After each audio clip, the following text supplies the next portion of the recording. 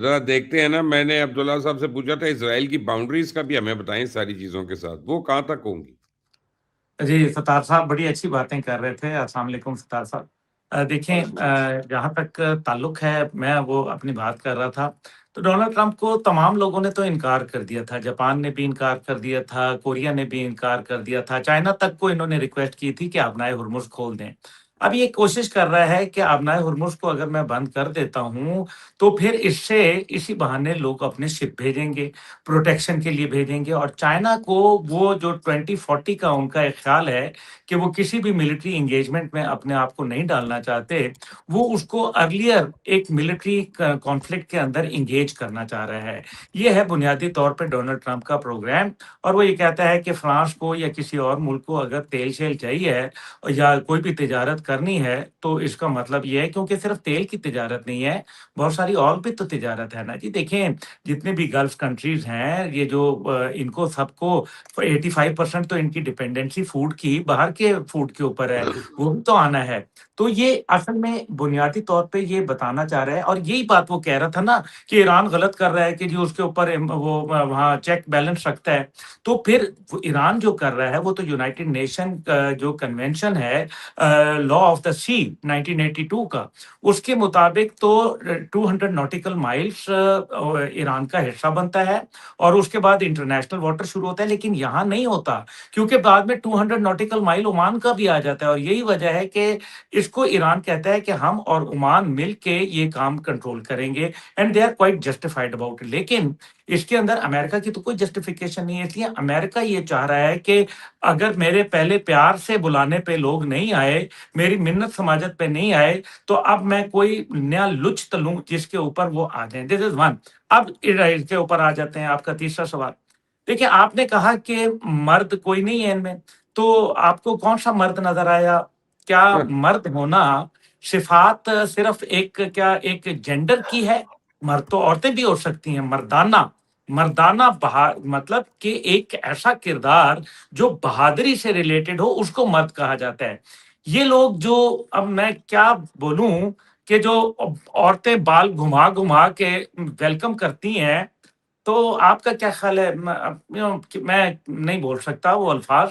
بہرحال تو یہ جو جب غزہ کے اندر باقی بھی بول ہی لیں سر, جب غزہ کے اندر تباہی ہو رہی تھی اور مسلمانوں کا جینوسائیڈ جاری تھا, بچے جو ہے وہ ان کے چیتھڑے اڑائے جا رہے تھے, عورتوں کو ذبح کیا جا رہا تھا, آپ مجھے یہ بتائیے کہ اس ٹائم پہ یہ عرب ممالک جنہوں نے اسرائیل کو چاہے جو بھی پریشر سے قبول کیا تھا, ان میں سے کسی ایک مرد نے اپنا سفیر بلایا تھا تل ابیب سے؟ Here you are. یہ ایک وہ ہے. اب دیکھیں نا, یہ وہ باتیں ہیں جن کو افسوس کے ساتھ بات کی جاتی ہے. اب یہاں ایک بات اس کے اندر جو ان کی ٹیریٹریز ہیں, آج نہیں تو کل اسرائیل یہاں رکے گا نہیں اگر اس کو نکیل نہ ڈالی گئی.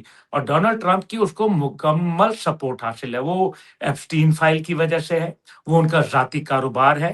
جیرڈ کشنر کیوں آیا تھا؟ Jared Kushner was eyes and ears to Israel actually, کیونکہ اسرائیل کا بندہ تو پاکستان میں آ نہیں سکتا. اس وجہ سے وہ یہ جو ٹاکس کو جو تھوڑا درمیان میں میچور نہیں ہونے دیا, یہ کس کا قصور ہے؟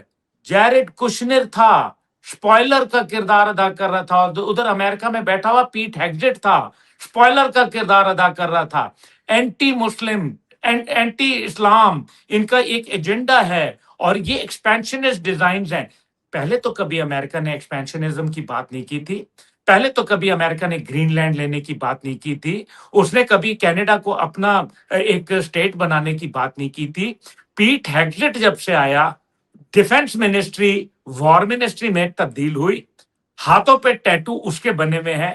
ابھی جو ٹیسٹمنی آئی اس کے اندر جو کانگریس مین کے سامنے, اس نے کیا بولا کہ تم جو ہے وہ شراب کے نشے میں دھت تھے اور تم وہاں بار میں کہا کہ میں تمام مسلمانوں کو قتل کرنا چاہتا ہوں. یہ کیا بات سامنے نہیں آئی؟ اور اس نے کہا کہ تم جھوٹ مت بولو. انٹرسٹنگ چیزیں ہم آگے نکل گئے ہیں بار سے اور شراب سے. آگے دکھاتا ہوں آپ کو, ذرا ایک ٹویٹ دیکھیں جو کینٹ کی مریم, آپ ذرا غور سے دیکھیں اس ٹویٹ کو کہ کیا کہتے ہیں جو کینٹ صاحب. جو کینٹ وہی ہے نا جنہوں نے ابھی استعفیٰ بھی دیا تھا اور ریزائن بھی کیا جی تھا. نیشنل سیکیورٹی ڈائریکٹر تھے. جی جی